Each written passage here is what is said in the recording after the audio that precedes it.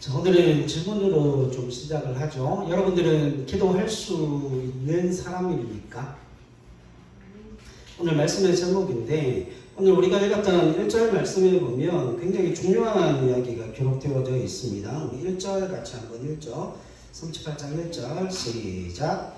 그때 히스기야가 병들어 죽게 되니 아모스의 아들 선지자 이사야가 나아가 그에게 이르되 여호와께서 이같이 말씀하시기를 너는 내 집에 유언하라.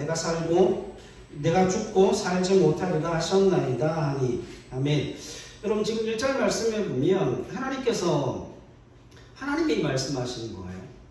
여호와께서 이사야 선지자를 누구에게 보냅니까? 히스기야에게 보내서 너는 죽는다, 살지 못한다 이야기하죠. 히스기야가 병이 들었고 그 병으로 말미암아 네가 죽고 살지 못한다라고 하나님께서 분명히 선포하라고 말씀하셨어요. 하나님의 말씀은 그대로 이루어집니다. 그런데 2절에 보면 히스기야의 반응이 나옵니다. 2절로 3절 같이 읽죠. 시작. 히스기야가 얼굴을 벽으로 향하고 여호와께 기도하여 이르되 여호와여 구하오니 내가 주 앞에서 진실과 전심으로 행하며 주의 목전에서 선하게 행하는 것을 기억하옵소서 하고 히스기야가 심히 통곡하니. 아멘. 자, 이것 때문에 우리가 굉장히 기도를 오해하는 경우들이 있어요. 그죠?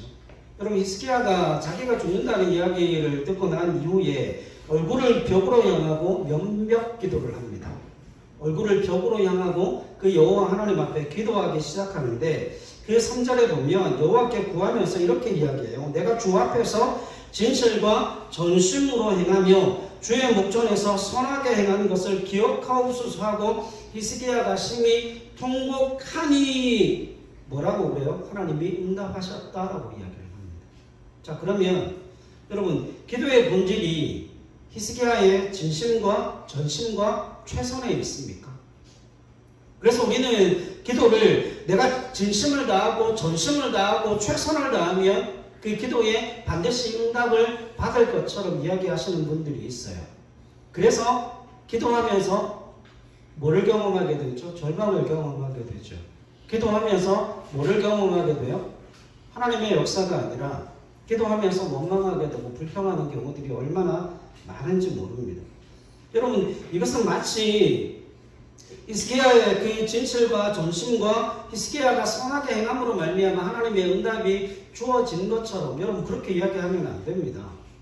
그러면 결국은 그 기도는 기도의 그 본질은 누구에게 있다는 거야. 만약에 3절에다 주안점을 두게 되면 기도를 응답하시는 하나님이 아니라 우리의 진심과 우리의 열심과 우리의 열정을 보여드리면 뭐 해야 되는 거예요? 하나님은 거기에 대해서 반드시 응답하셔야만 되는 겁니다. 여러분 그렇게 따지고 보면 오히려 우리의 기도보다 누구의 기도가 더 응답받을 확률이 많아요? 3절 말씀대로만 하면 누구의 기도가 더 많이 응답을 받을까요? 여러분 우상들의 기도가 훨씬 더 많이 응답들을 받습니다. 우상을 섬기는 사람들의 기도가 훨씬 더 많이 응답을 받아요. 왜냐하면 여러분 영하 10도, 15도, 20도 되는 그 한겨울 날씨에 그것도 밤에 소복을 입고 정화수를 떠놓고 방 안에서 빌어요? 밖에서 빌어요? 밖에서 빌죠. 여러분 예수 믿는 하나님의 사람들은 기도하러 나와서 추우면 춥다고 아우성이고 더우면 덥다고 아우성이고 주일날 예배 드리다 보면 기도 안 차요. 예배 드리러 나오면서 여러분 좀 추우면 어떻고 좀 더우면 어때요? 참으면 되지, 견디면 되지. 여러분 예배를 하나님 좋으라고 드리는 거지 예배를 자기가 그 평안함 때문에 그 편안함 가운데서 예배를 드려야 된다는 그 의식 때문에 나는 열심히 최선을 다해서 교회에 왔으니 내 몸을 시원하게 하고 내 몸을 따숩게 하고 그 모든 적절한 온도와 습도를 네가 맞춰라. 그래서 온갖 그 정신이 어디에 가 있는가 하면 에어컨에 가 있고 선풍기에 가 있어요. 미치고 환장을 노릇입니다. 그래서 예배를 안 드린 사람들이 얼마나 많은지 몰라요.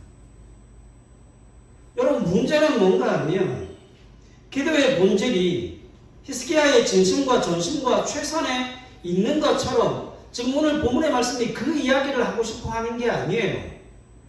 기도의 본질은 그 히스기야의 진심, 전심, 열정, 열심 여러분 물론 기도에 필요한 요소이기는 하지만 그것이 기도의 본질은 아니에요. 오해하시면 안 됩니다. 기도의 본질은 히스기야에게 있지 않아요. 여러분 4절로 7절 말씀 보십시오. 그럼에도 불구하고 하나님이 그 히스기야의 열심과 히스기야의 진심을 받으십니다. 4절로 7절 시작. 이에 여호와의 말씀이 이사야에게 임하여 이르시되 너는 가서 히스기야에게 이르기를 내 조상 다윗의 하나님 여호와께서 이같이 말씀하시기를 내가 내 기도를 들었고 내 눈물을 보았노라. 내가 내 수안에 15년을 도하고 너와 이 성을 아수르 왕의 손에서 건져내겠고 내가 또 이 성을 보호하리라. 이는 여호와께로 말미암는 너를 위한 징조이니 곧 여호와께서 하신 말씀을 그가 이루신다는 증거이니라. 아멘. 여러분 히스기야가 그렇게 전심으로 면벽하면서 벽을 바라보면서 여호와 하나님 앞에 기도하고 진심과 전심을 다하여서 하나님 앞에 간구했더니 통곡하며 기도했더니 하나님께서 그 기도를 뭐 하셨어요? 들으시고 히스기야의 눈물을 보셨습니다. 그리고 그 수안에 몇 년을 더하셨어요? 15년을 더하셨고 그리고 그 예루살렘을 어떻게 하시겠다고? 보호하시겠다라고 말씀하십니다. 자, 이것이 누구를 위한 징조예요? 히스기야를 위한 징조입니다. 여러분 그 히스기야를 위한 징조를 주는 건 누구 때문이에요? 하나님의 영광 때문이에요. 하나님은 말씀하신 바를 이루시고 기도하는 그 기도 소리를 들으시는 분, 그 기도에 응답하시는 분, 하나님의 자녀와 백성들의 삶을 내버려 두지 아니하시는 하나님이시라는 그 사실을 무엇으로 보여주십니까? 기도에 응답하시는 능력의 하나님으로 드러내시고 나타내심을 통하여서 하나님의 영광을 받아내신다는 거예요. 자, 그런데 여기에 큰 문제가 있어요. 여러분 히스기야가 기도함을 통하여서 아하스의 회시계가 10도가 물러가죠. 10도가 물러감을 통하여서 히스기야가 몇 년을 더 삽니까? 15년을 더 살아요. 여러분 히스기야가 15년을 더 살았다는 게 여러분 무슨 의미가 있습니까? 히스기야가 15년을 더 살았다는 게 그게 그렇게 큰 기적이에요? 결국 그 사람 죽었는데요. 여러분 히스기야 살았어요? 죽었어요? 죽었잖아요. 15년 병들어서 지금 죽게 될 그 사람이 15년 후에 죽었다라고 해서 그 사람이 죽지 않았습니까? 아니요, 죽었어요. 성경이 하고 싶은 이야기는 봐라 그 기적이 일어나지 않았냐, 봐라 그 기적이 나타나지 않았냐, 천만의 말씀요. 그 이야기 하는 게 아니에요. 우리의 열심과 전심과 우리가 최선을 다해서 기도하면 하나님의 기적이 나타나게 될 것이고 하나님이 그 기적을 우리 삶 속에 일으켜 주실 거다. 천만의 말씀요. 그것 때문에 오늘 본문의 말씀이 기록되어져 있는 게 아니에요. 그것보다 훨씬 더 중요한 목적이 있습니다. 성경이 무엇을 말씀하고 싶어 하는가를 아셔야 돼요. 그게 더 중요한 문제입니다. 여러분 히스기야가 면벽 기도를 하고 진심과 전심을 다하여서 통곡하면서 기도했습니다. 그런데 하나님이 거기에 뭐 하십니까? 응답하십니다. 히스기야의 기도를 들으신 하나님께서 히스기야에게 응답하신 가장 중요한 이유는 무엇 때문이겠어요? 히스기야의 열심과 열정과 그 전심을 다하는 모습, 통곡하며 그렇게 하나님 앞에 부르짖는 그 모습을 통하여서 하나님이 마음에 동해서 공감하는 그 마음을 가지고 응답해 주신 게 맞죠. 근데 여러분 그게 다가 아니에요. 그것보다 훨씬 더 중요한 목적은 7절에 있습니다. 7절 다시 한번 읽을게요. 시작. 이는은 뭐예요? 이는 네, 히스기야가 그 응답을 받은 이유는 여호와께로 말미암는 너를 위한 징조이니 여호와께서 하신 말씀을 그가 이루신다는 뭐라고요? 증거라고요. 자, 그러면 이게 무슨 의미가 되어지는가 하면 히스기야가 기도했을 때에 히스기야의 기도가 응답이 되어진다라고 하는 것은 여호와께서 히스기야에게 하셨던 그 말씀이 어떻게 되어진다는 거예요? 이루어진다는 거예요. 자, 그러면 기도는 뭡니까? 기도는 뭡니까? 하나님의 말씀이 내 삶에 이루어진다라고 하는 그 믿음의 뭐야? 확인이에요. 내가 하고 싶은 대로 하는 게 아니고 내가 하고 싶은 것을 구하고 내가 하고 싶은 것을 하나님께 얻어내는 수단이 아니라 하나님이 살아계시고 하나님이 말씀하신 그것이 내 삶에 이루어진다라고 하는 그 믿음의 확신과 그 살아계신 하나님의 임재의 확인을 무엇을 통해서 하는 거예요? 기도를 통해서 하는 거예요. 그래서 여러분, 기도를 어떻게 하라고 말씀드립니까? 기도를 어떻게 하라고 말씀드려요? 여러분, 말씀해 가지고 기도하라고 하는 이유가 어디에 있어요? 여호와께서 뭐를 이루시는 분이시기 때문에요? 말씀을 이루시는 분이시기 때문에요. 자, 보세요. 기도의 본질은 정확하게 두 가지입니다. 기도의 본질은 정확하게 두 가지인데 이 두 가지가 빠지면 기도 응답을 받지를 못해요. 기도 응답이 주어지지를 않습니다. 첫 번째는 기도의 본질에 있어서 가장 중요한 건 예수 그리스도의 성육신에 있어요. 여러분, 예수님께서 이 땅 가운데 오셨을 때 하나님으로 오셨습니까? 사람으로 오셨습니까? 사람으로 오셨죠. 사람으로 오셨지만 그 사람이 유한 안에 뭘 담아내셨어요? 무한을 담아내시고 그 유한한 삶을 통하여서 무한이 그 속에 담겨줌으로 예수님의 그 모든 삶이 뭐가 되었다고요? 하나님의 영광을 드러내고 나타내는 삶이 되었다고요. 여러분, 예수님이 그와 같은 삶을 사셨다라고 하는 것, 우리 또한 이 유한한 몸 안에, 유한한 삶 안에 무엇을 담아낼 수 있다고요? 무한한 하나님의 영광의 삶을 담아낼 수 있고, 예수께서 가셨던 그 능력의 삶을 통하여서 우리의 삶 또한 무엇으로 나타날 수 있다고요? 하나님의 영광으로 나타날 수 있다고요. 이해하시겠습니까? 그러니까 유한한 인생에 하나님의 영광을 드러내며 살 수 있다라고 하시는 그것을 증거로 보여주는 삶이 예수님의 성육신이에요. 여러분, 예수님께서 이 땅 가운데 3년 반을 사신 게 아니잖아요. 어린아이로 오셨어요. 그리고 인간의 모든 삶을 공감하시는 사상회를 30년을 사셨잖아요. 그죠? 인간의 동일한 조건 속에서 여러분, 그 예수님 당시에 많은 학자들이 이야기할 때 그 당시에 대부분의 사람들의 수명이 45세에서 50세였대요. 50살. 우리나라로 치면 1960년대, 70년대. 그때 우리나라 평균 수명이 60대였다라고 이야기를 하니까 지금은 굉장히 오래 사는 거예요. 상상도 할 수 없던 일이죠. 그러면 예수님께서 그 사상회를 30년을 사셨다라고 하는 건 오로지 어떤 삶을 사셨다는 거예요? 인간의 삶을 공감하며 사셨다는 겁니다. 그리고 그 공생의 3년 반 동안의 삶을 통하여서 그 유한 안에 무한을 담아내심으로써 그 모든 삶의 자리가 하나님의 영광을 드러내고 나타내고 그 하나님의 영광이 깃들 수 있는 삶이 되어짐을 주님께서 보여주셨다는 거예요. 자, 요한복음 14장으로 한번 가보십시다. 요한복음 14장. 이제 구원에 대한 이야기를 좀 할 겁니다. 예수님의 성육신을 다른 관점에서 이야기를 하면 이런 관점이 돼요. 11절로 14절. 요한복음 14장 11절로 14절 같이 읽죠. 시작. 내가 아버지 안에 거하고 아버지께서 내 안에 계심을 믿으라. 그렇지 못하겠거든 행하는 그 일로 말미암아 나를 믿으라. 내가 진실로 너희에게 이르노니 나를 믿는 자는 내가 하는 일을 그도 할 것이요 또한 그보다 큰 일도 하리니 이는 내가 아버지께로 감이라. 너희가 내 이름으로 무엇을 구하든지 내가 행하리니 이는 아버지로 하여금 아들로 말미암아 영광을 받으시게 하려 함이라. 내 이름으로 무엇이든지 내게 구하면 내가 행하리라. 아멘.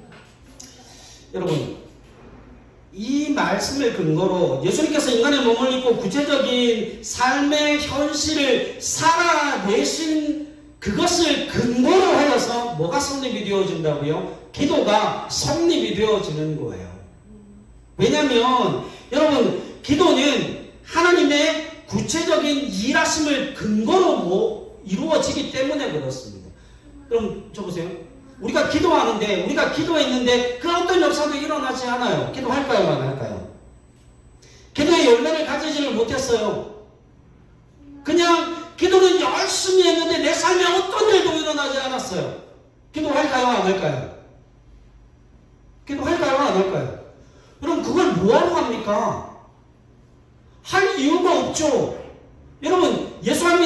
사람들이 왜 기도를 안 하죠? 예수님을 믿지 않는 사람들이 왜 기도를 안 합니까? 여러분, 하나님이 예수님을 통하여서 일하시는 그 방식이 예수님의 기도를 통하여서 하나님의 역사가 흘러가고 하나님의 일하심이 예수님의 기도를 통하여 이루어졌다는 그 사실을 누구는 몰라요. 예수 믿지 않는 사람들은 모르잖아요. 그러니까 뭐 할 수 없는 거예요? 기도할 수 없는 거예요. 여러분, 기도는 하나님이 구체적으로 일하고 계신다라고 하는 그 근거 위에 성립이 되어지는 겁니다. 우리가 예수 그리스도의 이름으로 하나님 앞에 기도할 때에 하나님이 그 일을 뭐 하신다고요? 시행하시고 행하신다 말씀하세요. 오늘 우리가 읽었던 말씀이 정확하게 그겁니다. 14절, 내 이름으로 무엇이든지 내게 구하면 내가 뭐하리라? 행하리라. 자, 여러분, 그러면 예수님께서 이 땅 가운데 오셔서 유한한 삶 가운데 무한을 담아내시는 그 방법이 뭐였어요? 기도였어요. 여러분, 예수님께서 5,000명을 먹이실 때 어떻게 먹이셨죠? 어떻게 먹이셨어요? 물고기 2마리와 보리떡 5개를 가지고 그 5,000명을 어떻게 먹이셨습니까? 하늘을 우러러 축사하시고 떡을 떼어주셨어요. 뭐 하셨어요? 하나님 앞에 감사기도, 식기도, 감사기도를 하시고 그 기도에 하나님이 뭐 하시는 거예요? 일하시는 거예요. 그러니까 우리가 기도한다라고 하는 건 뭐가 전제되어져 있는 거예요? 하나님이 일하신다는 그 전제 아래서 뭐가 이루어지는 거예요? 우리의 기도가 이루어지는 거예요. 그걸 누구를 통해서 보여주셨다고요? 누구를 통해서 보여주셨다고요? 예수님을 통해서 보여주셨는데 예수님의 어떤 모습을 통해서 보여주신 거예요? 성육신하신 모습. 유한의 무한을 담아내어 하나님의 영광이 흘러가게 하는 그 기도가 하나님이 일하시는 은혜의 통로가 되어졌다라고 하는 거죠. 여러분, 그러니까 예수 그리스도의 성육신이 없었다면 우리는 뭐 할 수 없는 사람들이에요. 기도할 수 없는 사람들이에요. 자, 17장으로 가겠습니다. 17장 1절로 5절. 요한복음 17장 1절로 5절 시작. 예수께서 이 말씀을 하시고 너들도 하늘을 우러러 이르시되 아버지여 때가 이르렀사오니 아들을 영화롭게 하사 아들로 아버지를 영화롭게 하게 하옵소서. 아버지께서 아들에게 주신 모든 사람에게 영생을 주게 하시려고 만민을 다스리는 권세를 아들에게 주셨음이로소이다. 영생은 곧 유일하신 참 하나님과 그가 보내신 자 예수 그리스도를 아는 것이니이다. 아버지께서 내게 하라고 주신 일을 내가 이루어 아버지를 이 세상에서 영화롭게 하였사오니 아버지여 창세전에 내가 아버지와 함께 가졌던 영화로서 지금도 아버지와 함께 나를 영화롭게 하옵소서. 아멘. 여러분, 하나님의 영광이 어디에서 드러나는 거예요? 이게 중요해요. 여러분, 하나님의 영광이 어디에서 드러나는가 하면 하나님으로부터 떠난 자들, 하나님을 배반하고 하나님을 적대하고 하나님을 대적하는 그들을 누가 찾아 들어오셨어요? 하나님이 예수 그리스도를 이 땅 가운데 보내셔서 우리에게 찾아 들어오셔서 우리를 뭐 하시는 것이? 우리를 편드시는 것이, 우리를 편애하시는 것이, 우리를 향한 그 하나님의 사랑을 알게 하고 그 하나님의 사랑 안에 우리를 편드심으로 말미암아 하나님 앞에 갔을 때에 사단이 우리를 참소할 때에 주님께서 우리를 뭐 하십니까? 편애하심을 통하여서 하나님, 내가 사랑하는 아들, 내가 사랑하는 딸, 얘 이야기 듣지 마세요. 사단 이야기 듣지 마세요. 하나님, 내가 사랑하는 아들입니다. 내가 사랑하는 딸입니다. 하나님을 대적하고 하나님을 적대하고 하나님을 배반했다고 사단이 계속해서 참소함에도 불구하고 하나님이 우리를 편드시는 거예요. 예수 그리스도를 통하여서. 그래서 우리 편에 서서 하나님을 떠나는 자리, 하나님을 배반하는 자리, 그 하나님을 대적하고 적대하고 하나님을 뭐한 자리에까지? 하나님을 멸시하는 그 자리에까지 주님이 오셔서 우리를 편드심을 통하여서 우리를 하나님 편에 붙여놓으신 게 구원이에요. 그게 복음이에요. 그러니까 하나님이 영광 받으시 받으시는 방법이 뭔가 하면 하나님이 우리를 사랑하시고 용서하시고 대접하시는 것, 그게 구원이에요. 하나님이 우리를 편드시는 것을 통하여서 영광을 받으시겠다는 거예요. 여러분, 이게 가장 첫 번째로 우리가 뭐 할 수 있는 거예요? 이게 하나님 앞에 기도할 수 있는 그 기도의 본질이에요. 여러분 보세요. 지금 히스기야가 지금 처해 있는 그 상황은 예루살렘밖에 남지 않았잖아요. 모든 것들이 다 빼앗겼잖아요. 그러면 여러분, 하나밖에 남지 않은 그 상황 가운데서 이 히스기야가 하나님 앞에 기도했을 때 하나님이 아수르 편을 드시는 게 아니라 지금 예루살렘이 뭐 하는 중이에요? 징계를 받는 중이에요. 형벌을 받는 중이에요. 그 상황 속에서 하나님이 누구를 편드시고 계시는 거예요? 예루살렘을 편들고 히스기야를 편들고 계시는 거예요. 그래서 내가 너의 기도를 들었다. 내가 네 기도에 응답하겠다. 내가 너를 사랑한다. 용서한다. 내가 너를 후하게 대접하겠다. 그게 뭔 거예요? 우리가 하나님 앞에 기도할 수 있는 근거입니다. 왜냐하면 하나님이 우리를 뭐 하시는 분이시기 때문에 편드시는 분이시니까. 여러분, 이미 기도는 기울어지는 동작이에요. 누구 쪽으로 기울어져 있어요? 이 운동장이 이미 기울어져 있어서 출발선부터 틀립니다. 우리는 기도할 때 하나님이 우리를 편애하시기 때문에, 우리를 편애하시는 분이시기 때문에 우리가 개떡같이 기도해도 하나님께서는 찰떡같이 들으셔서 그걸 응답하신다는 거예요. 누구 때문에요? 예수 그리스도의 성육체를 통해서 그걸 우리에게 보여주셨잖아요. 나는 너희를 편들기 위해서 이 땅 가운데 왔어. 나는 너희를 편들기 위해서 너희의 배반함에도, 나를 멸시함에도, 나를 찾지 않음에도 불구하고 나는 너희를 편들기 위해 예수를 보냈고 그 예수를 십자가에 죽였고 결국 나는 네 편을 들어 너를 구원한 하나님이야. 그걸 우리에게 보여주시잖아요. 그래서 예수님께서는 그 무한을 담아내시면서 이제 예수 믿는 하나님의 사람들의 삶이 어떠해야 함을 보여주는데, 그 유한의 삶의 무한을 담아내는 그 부분에 있어 가장 중요한 게 이거예요. 편애하시는 하나님이시라는 거. 그래서 우리가 기도할 수 있는 거예요. 자, 그러면 여러분, 여기서 한 가지 생각하셔야 돼요. 우리는 기도할 수 있는가? 이 문제를 좀 생각을 해야 돼요. 우리는 구원받은 사람이 맞습니다. 구원받은 사람이 맞지만 구원받았다고 해서 모든 사람들이 다 기도하는 건 아니에요. 믿음이 있다라고 하지만 모든 사람들이 다 그 믿음을 가지고 기도하는 건 아닙니다. 여러분, 나중에 보세요. 예수를 믿는 사람이, 그 사람이 너무 불쌍해서 복음을 전했는데 아멘 한마디만 하라고, 내가 기도할 테니까 아멘 한마디만 하라고, 그러면 천국 간다고 숨이 꼴딱꼴딱 넘어가면서도 그 아멘이 안 돼요. 뭐 하는 사람이에요? 아멘 할 수 없는 사람이에요. 그것과 꼭 같습니다. 우리가 믿음을 가지고 있지만, 우리가 믿음을 가지고 있고 하나님의 은혜를 누리고 구원받은 하나님의 사람이지만 그럼에도 불구하고 기도할 수 없는 사람이 있고 기도할 수 있는 사람이 있어요. 그 차이를 잠깐 살펴보겠습니다. 여러분, 약속을 받은 아브라함은 그 약속의 아들을 위하여 기도했다 그랬어요? 안 했다 그랬어요? 안 했다 그랬죠. 확인을 좀 합시다. 창세기 12장 몇 구절을 같이 한번 찾아볼게요.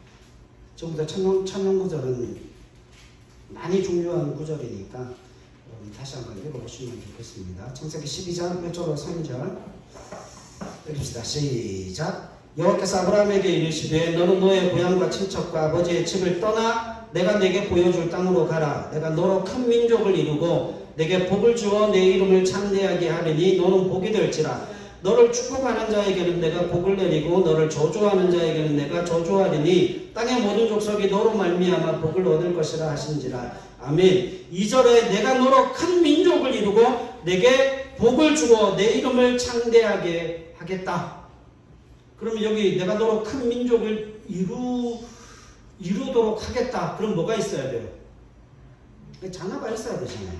자, 13장 14절로 18절 13장 14절로 18절 롯과 헤어지고 난 다음에 시작. 롯이 아브라함을 떠난 후에 여호와께서 아브라함에게 이르시되 너는 눈을 들어 너 있는 곳에서 북쪽과 남쪽 그리고 동쪽과 서쪽을 바라보라. 보이는 땅을 내가 너와 내 자손에게 주리니 영원히 이르리라. 내가 내 자손이 땅의 티끌 같게 하리니 사람이 땅의 티끌을 능히 세울 수 있을진데 내 자손도 세리라. 너는 일어나 그 땅을 종과 횡으로 두루 다녀보라. 내가 그것을 내게 주리라. 이에 아브라함이 장막을 옮겨 헤브론에 있는 마므레 상수리 숲에 이르러 거주하며 거기서 여호와를 위하여 제단을 쌓았더라. 아멘. 여러분 여기에 그 사라에게서 날 아들 그 말 없죠?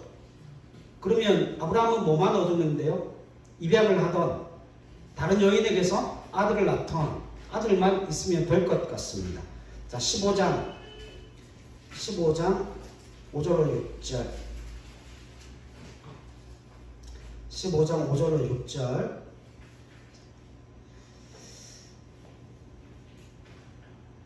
4절부터 6절까지 봅시다. 시작.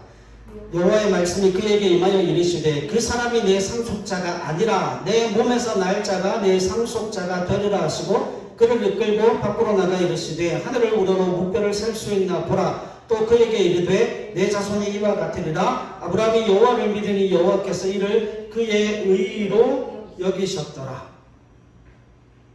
여기시고 아멘. 여러분 여기서도 누구 몸에서 날 자요? 아브라함에게서 날 자요. 사라가 낳은 아들? 그런 말 없죠. 그죠? 자, 그러니까 그 말씀이 있고 난 이후에 하나님이 콕 이제 찍어주십니다. 16장에 누구를 낳아요? 이스마엘 인류잖아요.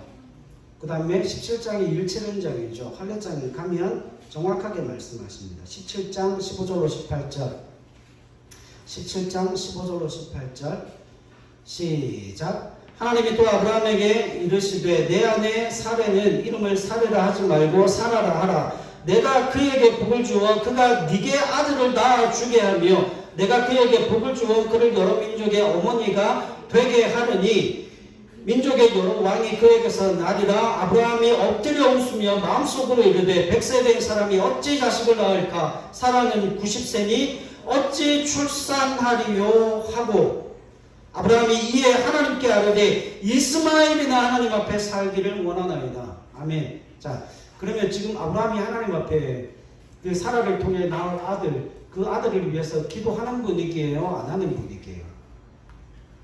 기도를 못합니다. 기도를 어떻게 합니까? 이 상황에서. 18장 9절로 가십시다. 18장 9절로 15절 시작. 그들이 아브라함에게 이르되 내 아내 사라가 어디에 있느냐? 대답하되 장막에 있나이다. 그가 이르시되 내년 이맘때 내가 반드시 내게로 돌아오리니 내 아내 사라에게 아들이 있으리라 하시니 사라가 그 뒤 장막문에서 들었더라. 아브라함과 사라는 나이가 많아 늙었고 사라에게는 여성의 생리가 끊어졌는지라. 사라가 속으로 웃고 이르되 내가 노쇠하였고 내 주인도 늙었으니 내게 무슨 즐거움이 있으리요? 여호와께서 아브라함에게 이르시되 사라가 왜 웃으며 이르기를 내가 늙었거늘 어떻게 아들을 낳으려 하느냐? 여호와께 능하지 못한 일이 있겠느냐? 기한이 이를 때에 내가 네게로 돌아오리니 사라에게 아들이 있으리라. 사라가 두려워서 부인하여 이르되 내가 웃지 아니하였나이다. 이르시되 아니라 네가 웃었느니라. 아멘. 여러분 기도하는 분이기요 안 하는 분이기요? 아직도 기도 못하는 분이기요. 자, 그런데 19장으로 가보세요. 19장에 여러분 19장으로 가면 19장의 제목이 뭐예요? 소돔 19 유황불이잖아요.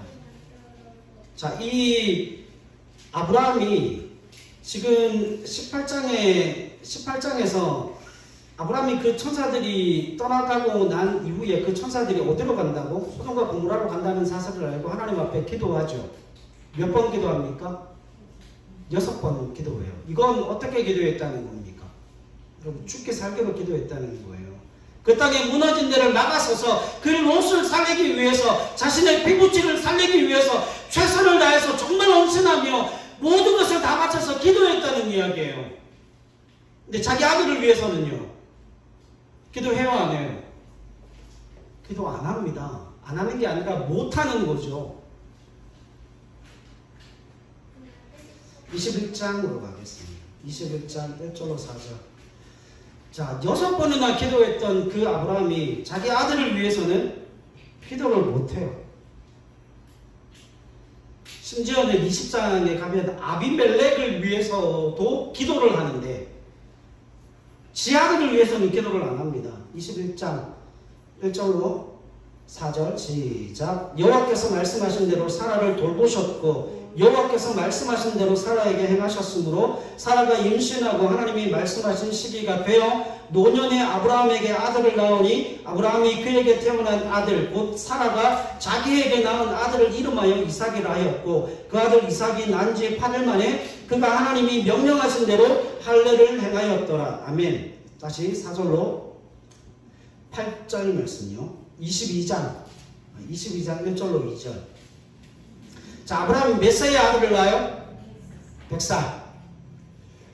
자, 22장 1절로 2절 시작. 그 일 후에 하나님이 아브라함을 시험하시려고 그를 부르시되 아브라함아 하시니 그가 이르되 내가 여기 있나이다. 여호와께서 이르시되 내 아들 내 사랑하는 독자 이삭을 데리고 모리아 땅으로 가서 내가 네게 일러준 한 산 거기서 그를 번제로 드리라. 이건 뭐 하라는 거예요? 죽이라는 겁니다.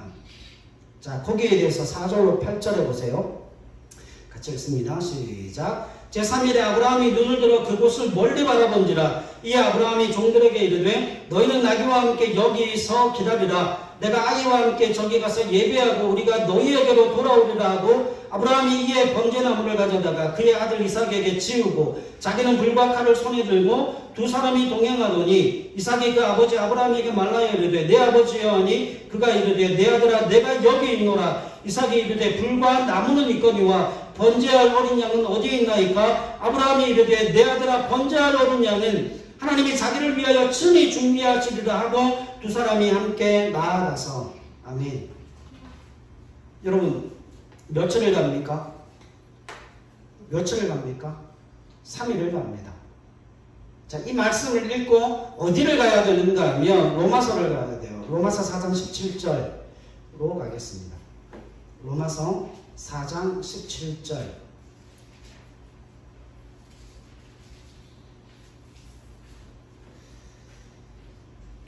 (4장 17절로 21절까지) 봅니다. 로마서 4장 시작. 기록된 바 내가 너를 많은 민족의 조상으로 세웠다 하신 것 같으니 그가 믿은 바 하나님은 죽은 자를 살리시며 없는 것을 있는 것으로 부르시는 이시니라. 아브라함이 바랄 수 없는 중에 바라고 믿었으니 이는 내 후손이 이 같으리라 하신 말씀대로 많은 민족의 조상이 되게 하려 하심이라. 그가 백세나 되어 자기 몸이 죽은 것 같고 사라의 태가 죽은 것 같음을 알고도 믿음이 약하여지지 아니하고 믿음이 없어 하나님의 약속을 의심하지 않고 믿음으로 견고하여져서 하나님께 영광을 돌리며 약속하신 그것을 또한 능히 이루실 줄을 확신하였으니. 아멘. 자, 여러분 쳐보세요. 아브라함은 기도할 수 있는 사람이었어요? 기도할 수 없는 사람이었어요? 아브라함은 기도할 수 없는 사람이었죠. 그래서 기도할 수 없는 사람을 하나님이 뭘로 바꾸어 놓으신 거예요? 기도할 수 있는 사람으로 바꾸어 놓으신 거예요. 그러면 4장 17절에 나오는 그가 믿은 바 하나님은 이건 뭘 이야기하는 겁니까? 그가 기도할 수 없었던 때를 떠올리며 기도할 수 있는 하나님의 사람으로 그의 삶을 바꾸어 주셨을 때 그 이후에 누구의 고백인 거예요? 아브라함의 고백인 거예요. 그러니까 여러분 로마서와 히브리서는 보세요. 창세기부터 시작해서 아브라함이 죽는 25장까지 아브라함이 그 죽음의 생을 마감하기까지 그 모든 전생애를 통하여서 내린 결론이에요. 전생애를 통하여 내린 결론이 뭔가 하면 그가 믿은 바 하나님은 죽은 자를 살리고 없는 것을 있는 것으로 부르시는 하나님이시다. 그리고 21절에 약속하신 그것을 능히 이루시는 하나님이심을 누가 고백하고 있는 거예요? 아브라함이 고백하고 있는 거예요. 자, 많은 사람들이 놓치는 한 가지가 있어요. 많은 사람들이 놓치는 한 가지가 있습니다. 여러분 중요하니까 이거 쳐보세요. 아브라함이 하나님으로부터 부름을 받아서 본토 친척 아버지 집을 떠나갔을 때에 몇 살이었을까요? 75세. 그러면 이삭을 낳은 나이는 몇 살이었을까요? 100살. 저는 그렇게 생각해요. 이삭이 태어나기 전과 이삭이 태어나고 난 이후에 아브라함의 삶은 완전히 달라졌을 거예요. 왜요? 아브라함이 고백하고 있잖아요. 내가 믿는 바 하나님은, 그가 믿는 바 아브라함의 하나님은 죽은 자를 살리시는 하나님이시고 없는 것을 있는 것으로 부르시는 하나님이시라는 거예요. 그리고 그가 말씀하신 그 약속을 반드시 이루시는 하나님이시라는 거예요. 그런데 많은 사람들이 놓치는 게 뭔 줄 아십니까? 아브라함이 이삭을 낳을 때까지 그 하나님과 동행했던 세월이 몇 년입니까? 25년이에요. 여러분 100세에 이삭을 낳고 난 이후에 이삭이 지금 뭐 17살, 18살 정도 되는 그 청년의 때에 모리아산에 그 번제의 사건이 있었다라고 많은 학자들이 이야기를 합니다. 청년이었을 때에. 그러면 그 청년이었을 때 아브라함의 믿음의 고백이 뭔가 하면 하나님이 뭘 준비하실 거다? 번제할 그 번제물은 하나님이 준비하실 거다. 여러분 그 3일길을 가는 동안에 아브라함은 하나님 앞에 기도할 수 있는 사람이었어요. 왜냐하면 이 이삭을 낳을 수 없었는데 하나님이 이삭을 허락하시고 이삭을 낳음을 통하여서 하나님은 그 약속을 이루시는 하나님이라는 그 사실을 아브라함이 믿음으로 인정하고 고백했거든요. 그리고 이삭을 낳고 난 이후에 적어도 10년 이상을 기쁨과 즐거움과 평안과 안식 속에 아브라함이 처음에 하나님으로부터 부름을 받았던 그 순간 이삭을 낳기 전까지의 삶과는 비교할 수도 없는 놀라운 하나님의 은혜와 축복을 누린 사람이에요. 왜요? 그때부터는 이삭을 낳고 난 이후의 삶이 어떠했기 때문에요? 기도의 한계가 없어진 거예요. 죽은 자를 살리시고 없는 것을 있는 것으로 부르시는 하나님이시기 때문에 하나님이 기도하게 하신 것, 하나님이 말씀하신 그것은 반드시 이루어질 줄로 알고 아브라함은 기도의 자리로 간 사람이에요. 그런데 여러분 보세요. 이삭을 낳고 난 이후에 100세 때 이삭을 낳고 아브라함이 몇 살에 죽은 줄 아십니까? 175세 때 죽어요. 그러면 여러분 생각해 보십시오. 이삭을 낳기 전까지 25년 동안 하나님과 동행했어요. 그건 어떤 삶이었을까요? 고난의 삶이었죠. 원망과 불평의 삶이었죠. 왜냐하면 약속은 받았는데 이루어지지 않았잖아요. 약속은 받았는데 그 어떤 일도 이루어지지 않았잖아요. 그러나 이삭을 얻고 난 이후에 아브라함이 믿고 확신하게 된 바가 뭔가 하면 하나님의 말씀하신 것은 반드시 이루어진다. 왜요? 하나님에 대한 뭘 가지고 있었기 때문에 하나님이 아브라함에게 믿음을 주셨고 신뢰를 주심으로 말미암아 그를 뭐 할 수 있는 사람으로 바꾸어 놓으신 거예요. 기도할 수 있는 사람으로 바꾸어 놓으신 거예요. 그 이후에 75년의 삶은 여러분 아브라함이 그 전에 25년의 삶이 지옥처럼 느껴졌을 만한 그 은혜와 풍성과 하나님의 쏟아부어 주시는 그 은혜와 능력의 삶을 75년 동안 살아내는 거예요. 여러분 이삭을 얻기 전까지 25년의 삶이 기억도 나지 않을 만큼의 75년 동안의 삶을 아브라함이 살았어요. 여러분 제 생명보다 귀한 아들을 낳고 나니까 저 아이가 태어나기 전의 삶이 기억이 전혀 안 납니다. 첫째 아이도 그랬고 둘째 아이도 그랬어요. 셋째도 마찬가지입니다.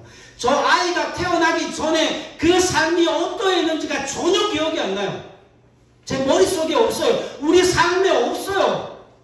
저 아이는 제가 결혼하고 난 이후로부터 쭉 있었던 아이 같아요. 이제 6살인데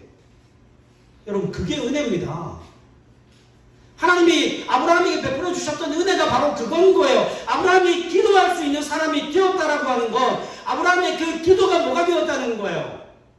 삶이 되고 현실이 되고 그 기도를 통하여서 하나님의 영광이 드러나고 나타나는 삶을 그가 살았다는 거예요.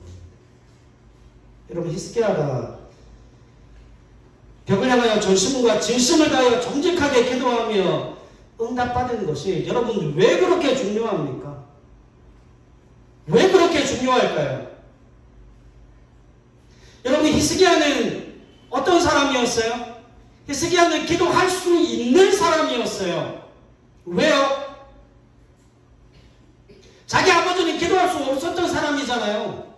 이사야가 징조를 주겠다라고 이야기했음에도 불구하고 아하스는 뭐하지 않습니까? 기도하지 않습니다.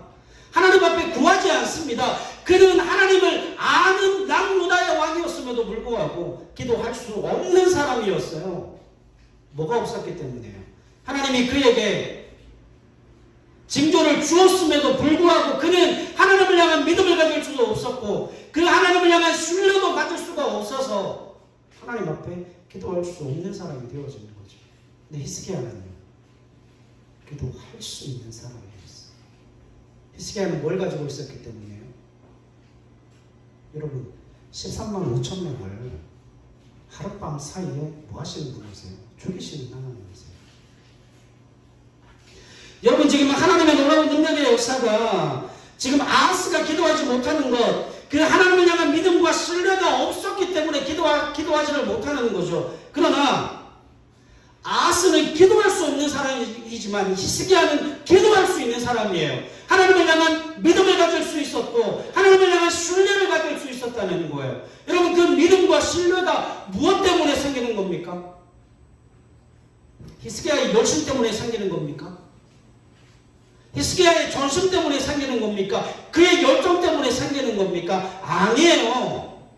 하나님이 베풀어 주신 은혜 때문에 생기는 거예요. 여러분 아브라함이 그 이삭을 낳았을 때에 그 약속을 주셨음에도 불구하고 그 아들을 놓고 기도하지 못했던 이유가 뭡니까? 믿음이 없었기 때문이에요. 하나님을 신뢰할 수 없었기 때문에 그래요. 근데 하나님이 그 아브라함을 뭘로 바꾸어 놓으셨어요? 기도할 수 있는 사람으로 바꾸어 놓으셨잖아요. 믿음을 주셨고 그 여호와에 대한 신실한 신뢰를 행할 수 있는 하나님의 사람으로 그를 바꾸어 놓으셨을 때 하나님을 향한 믿음과 신뢰가 그를 어디로 이끌어가는 거예요? 기도의 자리로 이끌어가는 거예요. 그러니까 여러분 기도는 여호와께서 하신 그 말씀을 누가 이루신다는 증거입니까? 하나님이 이루신다는 증거예요. 그러면 하나님께서 이루신다는 그 증거인 기도는 무슨 의미를 담고 있어요? 내가 기도한다는 건 무슨 의미를 담고 있어요? 하나님의 증거가 나타난다는 거예요. 그렇지 않습니까? 여러분 내가 억지로 앉아서 기도한다 할지라도 내가 믿음이 없어 내가 그 하나님에 대한 신뢰가 없다 할지라도 내가 억지로라도 그 살아계신 하나님이 그 기도를 통하여 증거를 드러내시고 나타내실 것입니다. 라고 하는 그 고백으로 앉아있는 그 자체가 뭐라는 거예요? 하나님의 편애를 경험하는 길이라고요. 여러분 기도가 현실이고 기도가 삶이고 기도가 기적이에요. 여러분 기도가 그 사람의 믿음과 신앙의 깊이와 넓이와 높이와 길이를 결정하는 문제입니다. 여러분 믿음이 있다고 다 기도하는 거 아니잖아요. 그렇죠?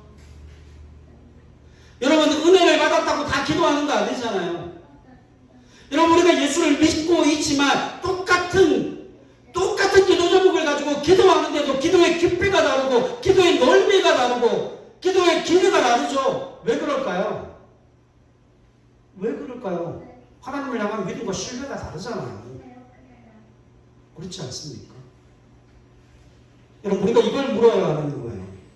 당신은 기도할 수 있는 사람입니까? 이건 다른 말로 하면 뭐죠? 하나님이 당신에게 믿음을 주셨습니까? 하나님이 당신에게 하나님을 신뢰할 수 있는 은혜를 베풀어 주셨습니까? 이걸 묻는 거잖아요.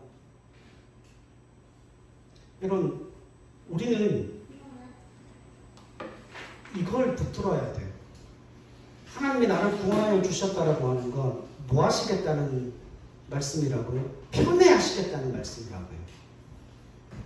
그러면 하나님이 편애하신다라고 하는 건 무슨 의미를 가지고 있어요? 나를 기도할 수 있는 사람으로 바꾸어내시겠다는 거예요. 믿음을 주시겠다는 것이고, 하나님을 향한 신뢰로 말미암아 나를 기도의 자리로 이끌어 그 기도가 삶이 되게 하고, 기도가 현실이 되게 하고, 그 기도가 기적을 이루어내는 삶을 살 수 있게 만들어 주시겠다는 거예요.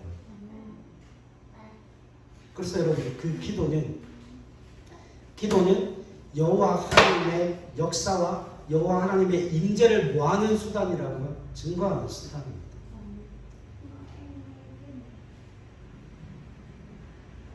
그래서 뭐 해야 되는 거예요? 그래서 엎드려야 되는 거예요. 그래서 하나님 앞에 부르짖어야 되는 거예요. 그래서 하나님 앞에 믿음을 달라고, 하나님 신뢰할 수 있게 해달라고. 모든 기도는 거기서부터 시작합니다. 죽어라고 기도하는데 그 기도의 응답이 오지 않아요. 여러분, 그걸 기도할 게 아니라 뭘부터 기도해야 돼요?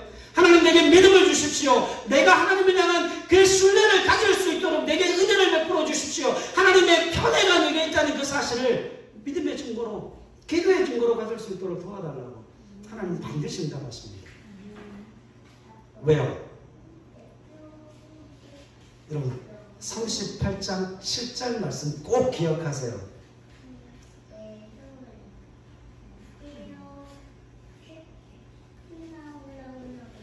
7절 우리 같이 한번 읽죠. 시작. 이는 여호와께로 말미암는 너를 위한 징조이니 곧 여호와께서 하신 말씀을 그가 이루신다는 증거이니라.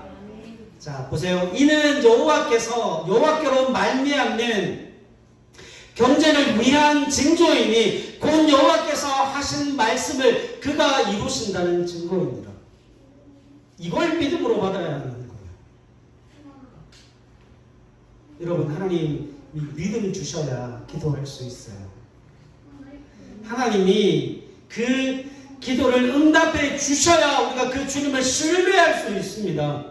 그래서 하나님이 내가 너의 기도 듣고 있어, 내가 너 사랑해, 내가 너 편애하고 있어, 그걸 믿음의 증거로, 기도의 증거로, 열매로 가지게 하심을 통해서 우리를 어디로 내몰아 가시는 거예요? 기도의 자리로 내몰아 가시는 거예요.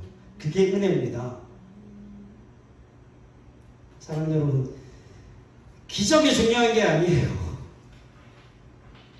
우리의 진심과 열심과 열정이 중요한 게 아니에요. 그건 두 번째 문제입니다. 우리가 그런 진심과 열심과 열정을 가지고 기도해야 되지만 우리에게 가장 필요한 건 믿음이에요. 하나님을 향한 신뢰입니다. 하나님 믿음 주십시오. 하나님을 신뢰할 수 있는 그 은혜를 베풀어 주십시오. 그래서 그 말씀을 이루신 그 하나님을 향한 온전한 믿음의 증거를 가지고 기도의 자리로 나가 앉을 수 있도록 은혜 베풀어 주시옵소서. 사랑하는 여러분, 여러분들은 기도할 수 있는 사람입니까? 그 기도에 하나님 그 물음에 아멘으로 화답하시고 기도를 통하여 말씀을 이루시는, 당신을 우리 가운데 나타내시는, 그래서 우리의 삶을 통해서 영광 받으시는 그 하나님을 매일 매 순간 경험하고 만나며 그 주님의 역사를 체험하는 저와 여러분들의 삶이 되실 수 있기를 주님의 이름으로 간절히 기도드립니다. 기도하겠습니다.